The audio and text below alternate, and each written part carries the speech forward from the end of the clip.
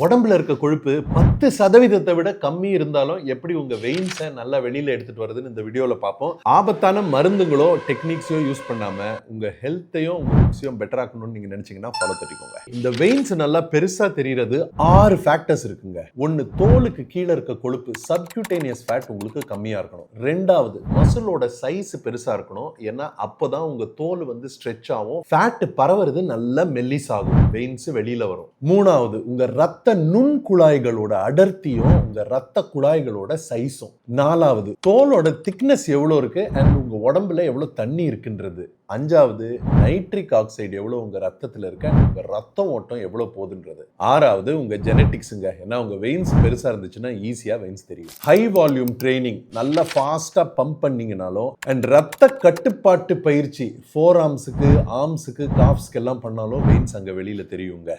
சப்ளிமெண்ட்ஸ்னு எடுத்தீங்கன்னா அந்த நைட்ரிக் ஆக்சைடை இன்க்ரீஸ் பண்றதுக்கு சிட்ருலின் மேலியேட்னு ஒரு சப்ளிமெண்ட் எல்லாம் யூஸ் பண்றாங்க. பட் அதுல மேலிக் ஆசிட் இருக்குது, உங்க ஸ்டமக்கை ரொம்ப அப்செட் பண்ணும். அதுக்கு பதிலா நீங்க பிளெயின் எல் சிட்ருலின் யூஸ் பண்ணிக்கலாம். அதை தவிர dark chocolate, pomegranate and beetroot ஜூஸ்லயும் நேச்சுரலா உங்க நைட்ரிக் ஆக்சைடு இன்க்ரீஸ் ஆகும். ஆனா நீங்க ஏற்கனவே ரத்த ஓட்டத்தை இன்க்ரீஸ் பண்றதுக்கு மாத்திரை எடுத்துட்டு இருக்கீங்க, ஃபார் எக்ஸாம்பிள் வயக்ரான்னு வச்சுக்கோங்களேன். இந்த சிட்ருலின் மேலியேட் அதோட வேலையை அதிகமாக்கும், உங்களுக்கு இது டேஞ்சரஸா கூட ஆகலாம். இதை மனசுல வச்சுக்கோங்க. மற்ற மாத்திரைகளோட இதுக்கு இன்டராக்ஷன்ஸ் இருக்கு. ஒர்க் அவுட்டுக்கு முன்னால நீங்க எவ்வளவு தண்ணி குடிப்பீங்களோ அதை ஒரு 25% மட்டும் கம்மி பண்ணிக்கோங்க.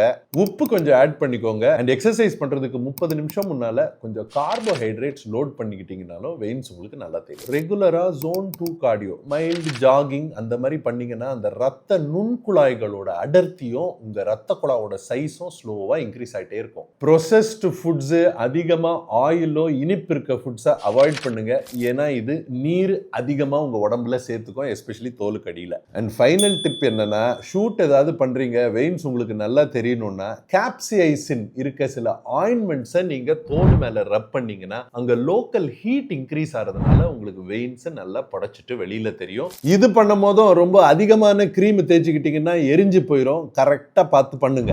முக்கியமான விஷயம் என்னன்னா, உங்க மசில் சைஸ் எவ்வளோக்கு எவ்வளோ இன்க்ரீஸ் ஆகுதோ அவ்வளோக்கு அவ்வளோ உங்க ரத்த குழாங்களோட சைஸ் இன்க்ரீஸ் ஆகுங்க. நீங்க இது வரைக்கும் வெயின்ஸ் நல்லா தெரியணுன்றதுக்காக என்னென்ன ட்ரை பண்ணிருக்கீங்கன்னு கீழே கமெண்ட்ஸ்ல போடுங்க.